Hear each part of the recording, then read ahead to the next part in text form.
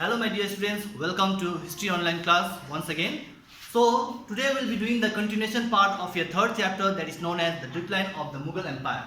So if you have seen the previous video that I uploaded in your group, you must have seen that what were the main reasons or the causes that ultimately led to the decline of the Mughal Empire. Because after the death of Aurangzeb, whoever were the rulers or the kings, like later Mughal rulers like Farrukh Shah, Akbar II, Muhammad Shah II, etc., they were not so efficient like Aurangzeb or his father like Shah Jahan, Jahangir, Akbar, etc. So for that all these reasons there were lots of problems which ultimately led to the rise of different independent states.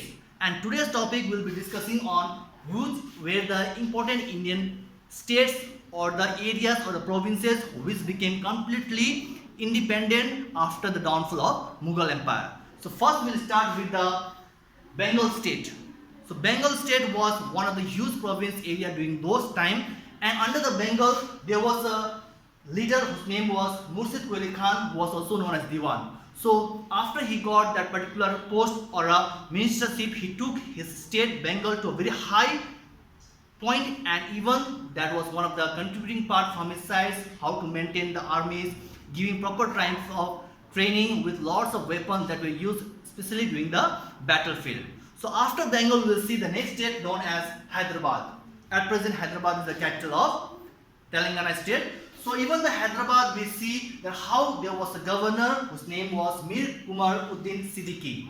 So he was also one of the most electrifying, or you can say a very good general leader whose nickname stands as Nizamul Mulk. So he, same like Bengal state which was being done by the previous leader, he also did the same by maintaining lots of ministership, how they also wanted to be one of the better state in future, so that there should not be any such kind of empire or dynasty who could just make their downfall or make them under their domination power. Third state we will see with the Awadh, which at present it lies under the Uttar Pradesh state with the capital Lucknow. So here we see the leader known as Sadat Khan, who was governor during those times. And Sadat Khan, after becoming a governor, making lots of his ministership with lots of patrolling for spies, different types of ministers who had been kept under his leadership, isn't it? So what were the tactics or what were the intentions that he wanted to make after the downfall of Mughal Empire, and that became one of the interesting facts for even the Awadh, a very small province or an area of Uttar Pradesh state, but he, under his control, lots of his ministers and all, he just carried the way he wanted to make his area. Fourth, we'll see with a state known as Rohilkhand, whose main king was, or leader was known as Muhammad Khan Bangas, who was an Afghan chief. And Afghan, if you have heard about Shershah Suri, who is regarded as one of the greatest leader or king from the Suri dynasty, who was also an Afghan chief, and he gave a threatening setback or a domination to Humayun, the son of Babur. So similarly, he also took the same steps, that what were the tactics, what were the main aims and objectives in order to make your state or an area to a very high peak with all sorts of things, making the kingdom very safe and comfortable from the hands of enemies or rivals. Next we see with the state called Punjab with the capital Chandigarh at present. So Punjab, mostly the people we know about Sikhs and all, Punjabis and all. Even there we see a leader whose name was the Guru Gobind Singh Ji, who was also the 10th Sikh Guru, the last Sikh Guru of Sikh dynasty. Like first we all know Guru Gobind Singh, who is also regarded as the founder of Sikhism religion, with Guru Granth Sahib as a holy book, isn't it? So similarly he also wanted to take the same method, because after the decline of Mughal Empire, all these respective Indian states, they wanted to take their state or their provinces or an area to a very high peak, because they did not want it again to be a domination like a state or a province under those kinds of dynasty or empire who were able to rule later on. Next we talk with the Rajput kingdom. So if you have heard about the Rajput kingdom, the famous king we know is known as Prithviraj Chauhan, followed by Maharana Pratap, and then even the Rajput kingdom was under the domination of Mughal Empire. But after the decline, due to lack of leadership, there was no such kind of very good unity among the kings. So even the Rajput kingdom or the forts and all also became independent, with the leader known as Raja Sawai Jai Singh. He was a Hindu Rajput king, and under his leadership, under his provision, even he founded the Pink City, which is also known as Jaipur, the capital of Rajasthan.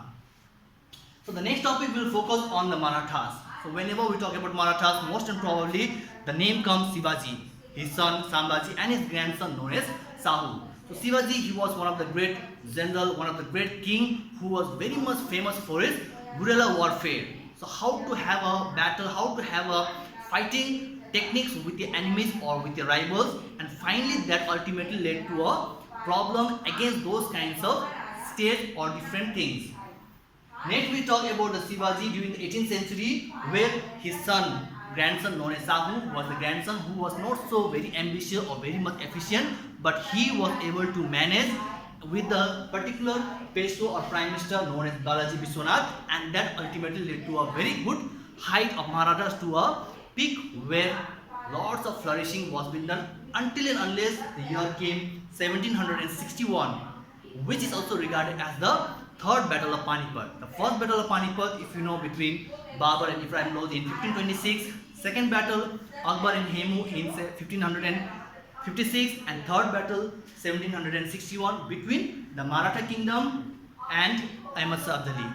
Ahmad Shah Abdali, he was a foreign invader who came along with Nadir Shah in India to loot, to take lots of wealth from Indian states. And he came during the year from 1748 to 1768. And when he first came to India, Punjab was the first state which was being conquered by his leadership or by his supervision. And next we talk about the generals who were all killed when there was a hot battle of Panipat in 1761. And ultimately there were lots of kingdoms like Rajputs were there were Jats, Sikhs who did not give any kind of supporting, helping hand to this Marathas, and ultimately they had to get defeated by this Ahmad Shah Abdali. The next topic we'll be focusing in today's class is known as the causes of the decline of Marathas.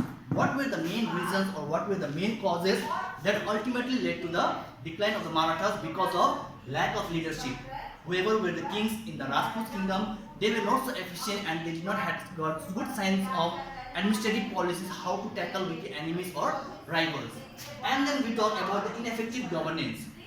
What kind of ministership was being there for spy system, for defense, for a particular land revenue system that was not so very much powerful, and that was also a reason for the failure of Maratha kingdom. And the third and the very important point on the cause is known as the guerrilla warfare. So the Marathas, they were very much good in only the hilly areas like Maharashtra to the very high top, but towards the northern Indian plains and all, they did not have such kind of effective planning on this guerrilla warfare. So the last and the final topic of today's class is known as the Mysore. Mysore at present it is in Karnataka state with a capital known as Bengaluru. So Mysore is very much famous for its palaces. And there was a king, Hindu king whose name was Chika Krishna Raj, who ascended the Mysore state during the 18th century. But after him there was a soldier, there was a military field who was very much high excellent person whose name was Hyder Ali, and he ascended the Mysore throne in the year of 1761, the same year when there was a third battle of Panipat between Ahmad Shah Abdali and Marathas. So after Hyder Ali, we see he also had got lots of battles, different types of war like Anglo-Mysore war and so on, but ultimately the year came 1782 when finally he was being defeated by the Marathas and he died, and after his death we see his son known as Tipu Sultan, also known as the Tiger of Mysore. He ascended the throne after his father's death, and he mainly focused on his state with agriculture topic, trade, industries, and what were the maintaining part in order to make a state, what are the important things that we should focus while making the Indian state or a particular province to a very high point, and that became one of the classic example for the south state known as Karnataka, a small province or areas known as Mysore. So this was overall the gist or the summary wise of your third chapter, that is known as Decline of Mughal Empire. Hope you have understood. That's all for today's class. Thank you. Stay safe. Stay healthy.